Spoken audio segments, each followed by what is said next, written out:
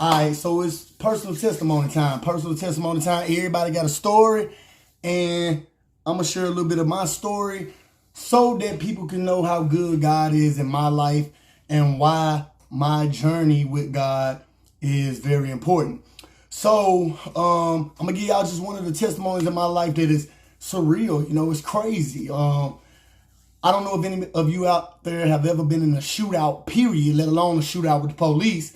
But back in 2006, now this is 2006, I'm probably about, at this time, what was I, like 19, 20, fresh out of Marine Corps boot camp, feeling good about life at one point, and I'm getting ready to go overseas, getting ready to go to my AIT, getting ready to go to my training school with the Marines. So I'm about to give y'all the story, so sit back, relax, get ready for this so I can tell y'all part of my testimony. So in 2006, in New Albany, Mississippi, I was in a shootout with the police.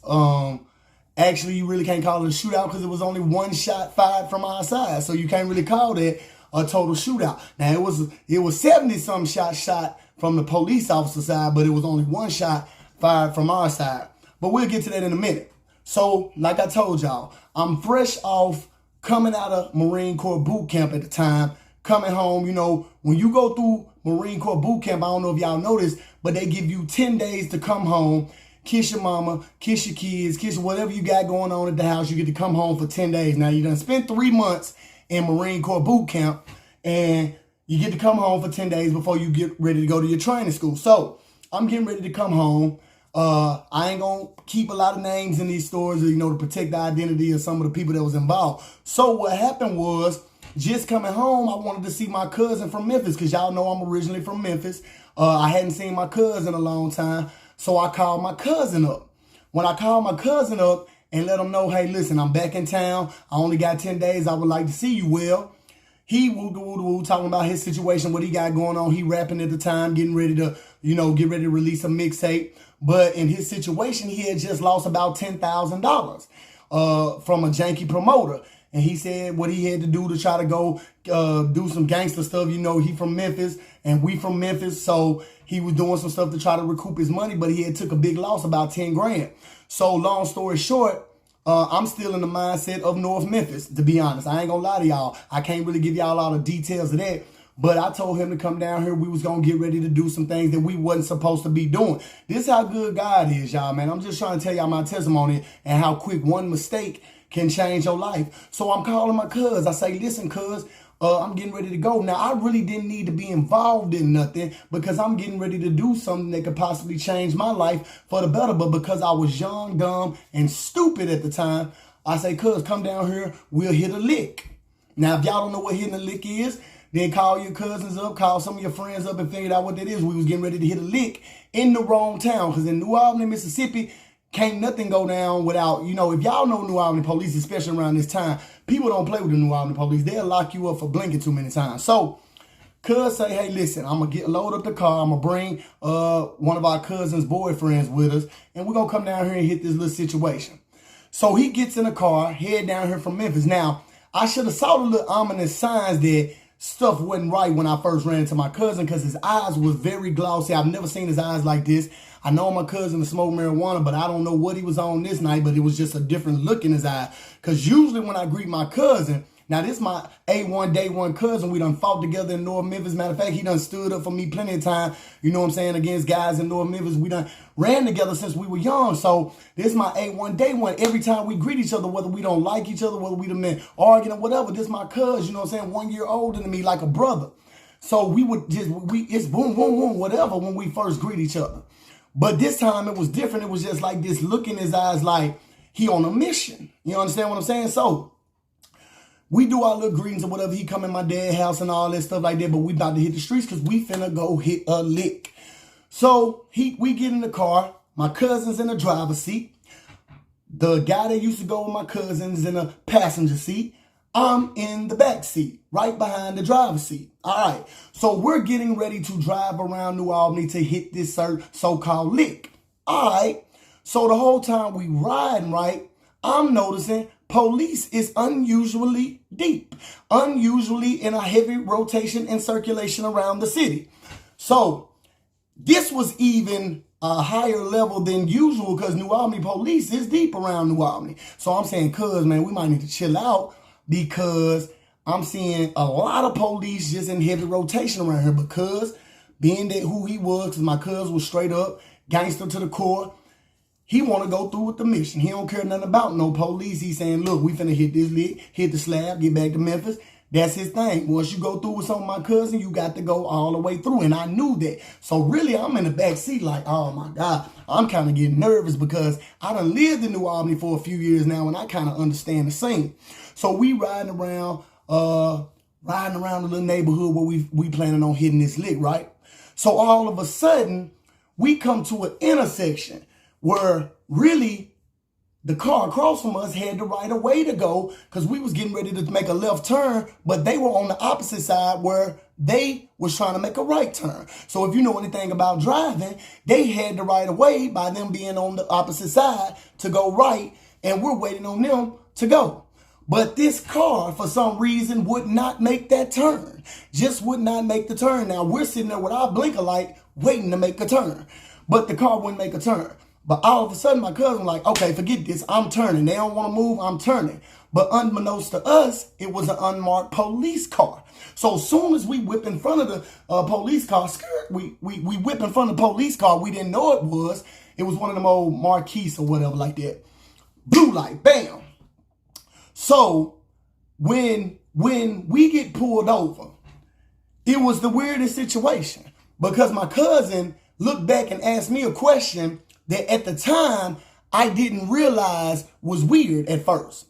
He said, how many police is it?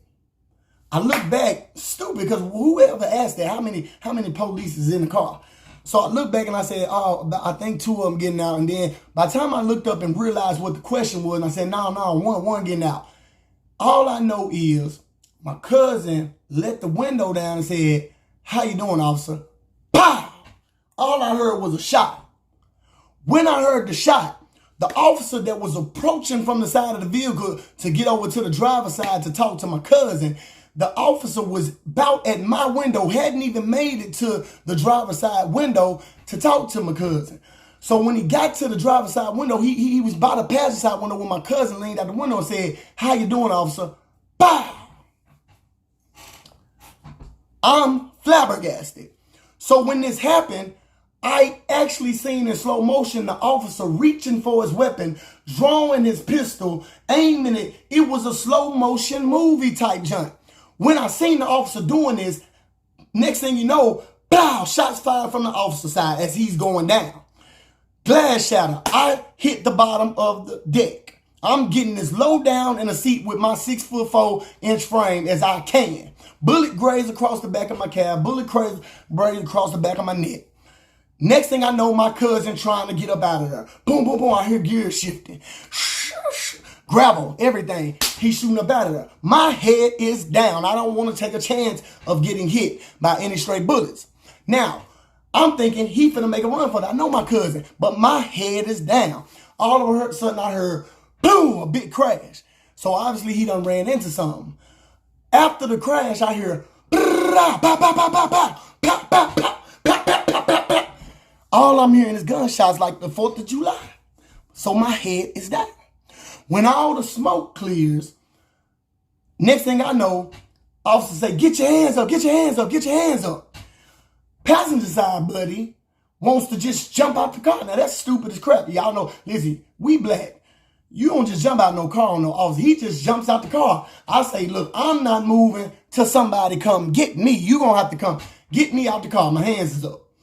Cuz in the front, not knowing that he done sustained all these internal injuries from the crash, not even knowing that we done ran head-on collision into another cop car that was coming to aid and assist.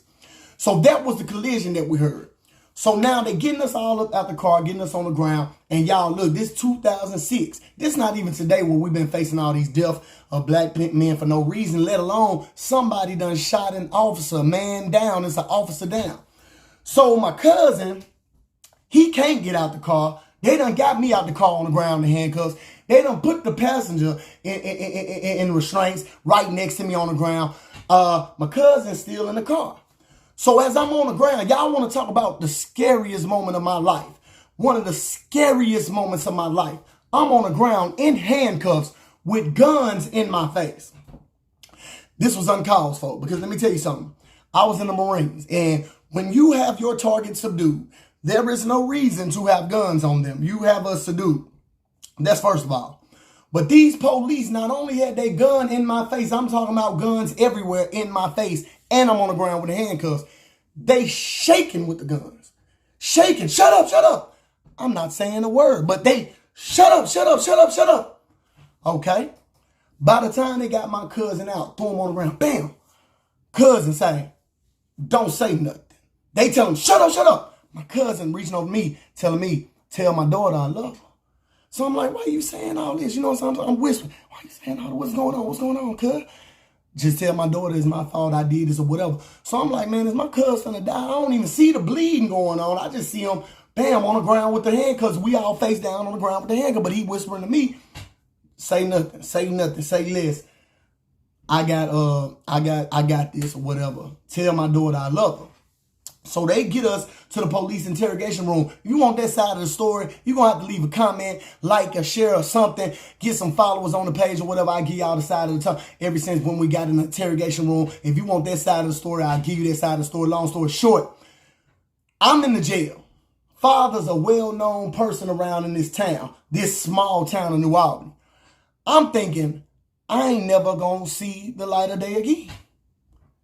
Let alone just left a traumatic event that left me just totally stunned, no words, laying in a jail cell, cold, thinking, there ain't no way I'm ever going to see the light of day again. Just came home from Marine Corps boot camp. That's part A of that testimony. If you want the rest of that story, you're going to have to like, share, leave a comment, and all that good stuff, and we'll tell you how that ended up unfolding for me. Part A of my testimony and why I know God is so good in my life. Y'all be blessed.